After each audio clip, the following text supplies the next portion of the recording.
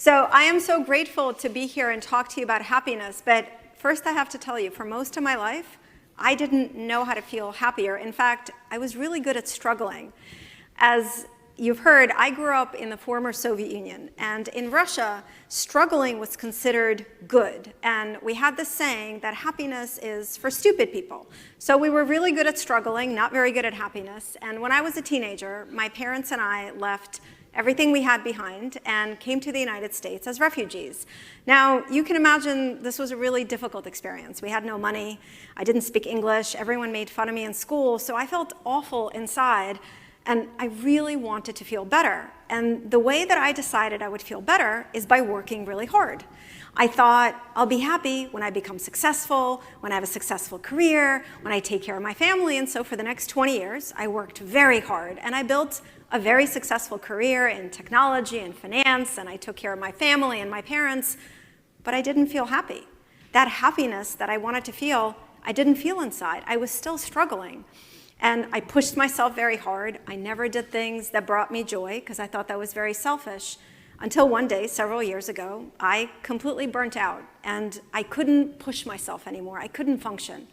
And my burnout was a really, really painful experience, but it taught me an incredible lesson, which is what the lesson I'm here to share with all of you. And what I learned was that happiness is not something we can achieve on the outside. In fact, nothing you do can bring you lasting happiness. Not being really successful, not getting that great job. And it's not because it's your fault, it's because this is how our human brain works. Our brain is very adaptable. So we achieve that new job, we get that success, we feel good for a short amount of time, and then our brain gets used to it, and we don't feel good anymore. So we can't achieve our way into happiness, but happiness is something that we can practice on the inside. I invite you to think of happiness as a skill. And like any skill, like riding a bike or becoming a better cook, you can practice improving it. And the other thing I want to tell you about happiness as a skill is it doesn't mean being joyful or positive all the time. Happiness is not about always feeling positive emotions. Genuine happiness is about cultivating your inner well-being. And do you know that there are now literally mountains of research, mountains and mountains of research that show that when you cultivate your happiness, when you cultivate your inner well-being, you perform at the top of your potential across every category. People who are happier are more productive at work. They're more successful at work. They're better at solving problems. They're more creative. They're better at helping other people. They're more resilient during difficult times. I can keep going. I don't have enough time to tell you all about the scientifically proven benefits of cultivating your well-being on the inside. So I'm inviting you to flip how you think about happiness. I think for most of my life, and I know I'm not alone, I used to have this mantra of, I'll be happy when. Right? Do you ever catch yourself thinking, I'll be happy when I get that job, or when I get a promotion, or when I move to a different place? And we think that doing things or achieving things will bring us inner joy. It turns out it's the opposite. When you cultivate your genuine happiness, when you cultivate your true inner well-being, it helps you be more productive. It helps you be better as a leader. It helps you be a better human being. Do you know there's even research now that shows that when you improve your happiness, you study better, you're better at retaining information, and you're more successful in your education. So like I said, mountains of research that show that happiness isn't a prize that we get at the end of a life where we're successful and achieve things. It's actually a fundamental key ingredient in cultivating your well-being, which then allows you to be successful. It allows you to do all the things that you care about. Now, the way that I invite you to think about happiness is think about a flower, right? What does the flower need to grow? Well, it needs good soil and sunshine and, some fresh air. You are a human being. You're not a machine. You can't, that's how I used to treat myself before I burnt out. You can't just go, go, go and push yourself. You have to nourish yourself so you can flourish. And that is my invitation to you, is to consider happiness as not something where you're supposed to feel good all the time or laugh all the time, but think of it as doing things that nourish your inner flower so you can flourish.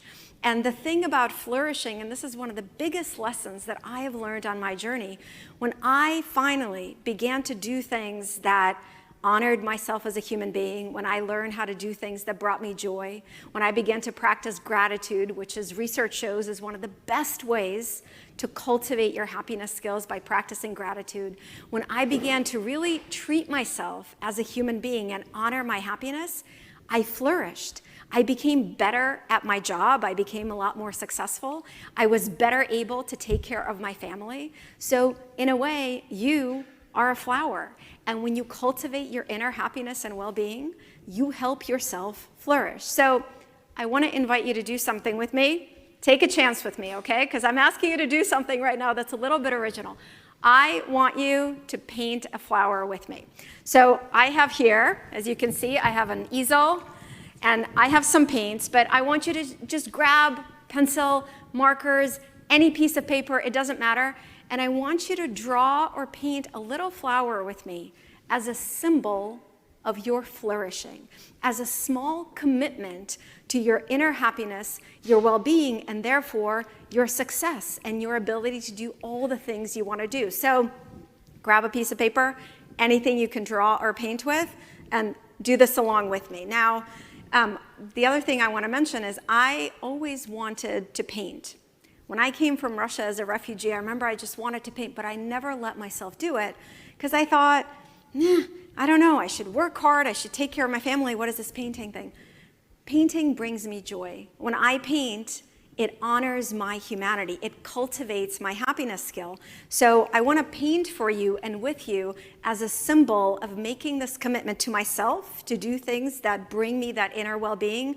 And I want you to do it as a commitment to yourself to cultivate your well-being so that you can perform at your best in whatever area of your life you want to do it. All right, are you in? I know I can't see you, but I can feel you. And I know a lot of you just nodded. So let's do this, okay? Here we go. I just need to grab this. And I want to tell you that I didn't prepare what I'm going to paint. So we're doing this on the spot together. I do very much love sunflowers. So I just realized I'm going to paint a sunflower. And as I do, and I hope you do this with me, I want to tell you something else that I learned about flourishing. You know, even after I burnt out and I had to learn the lesson that happiness wasn't something that could come from the outside, and I began to practice gratitude, and I began to practice doing more things that brought me joy, I thought, it feels a little selfish to focus on what makes me happy. It felt to me like, you know, there are real problems in the world, and I should maybe do things for other people.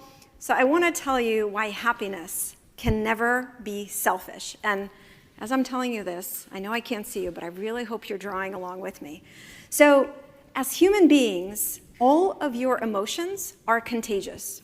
There's research that shows that if you have a friend who is happier, you're 25% more likely to have better well-being yourself. At work, leaders who cultivate their well-being have teams that all report having greater well-being and have teams that all perform better.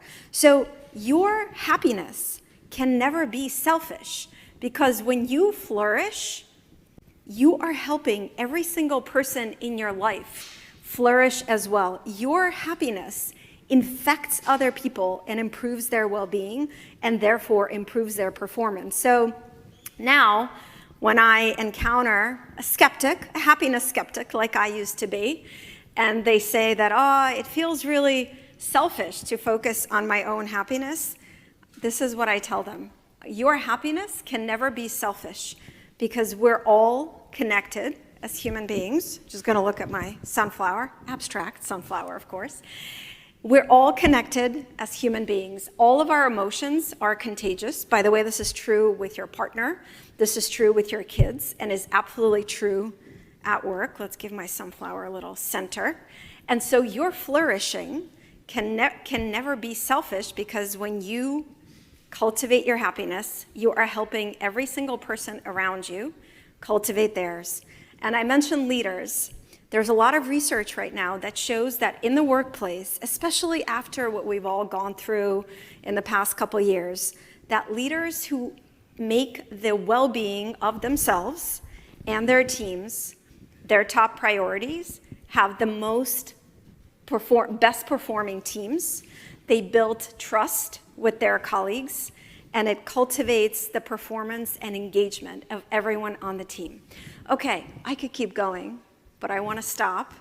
Let's just add a little yellow here, because yellow brings me joy. That's why I wear yellow. It's something that cultivates my happiness. And again, this is a quick 3-minute flower just to represent, for me, this is my flourishing. And so I hope you don't have to stop. You can keep drawing your flower. But please remember, happiness can never be selfish. When you invest in your well-being, as we've talked about, as research shows, you improve and fuel your capacity to perform at your best in every single area of your work in life that you care about, and you improve your ability to flourish, to truly be a force of good in the world. So this is my symbol for me and for all of us, to commit to your flourishing.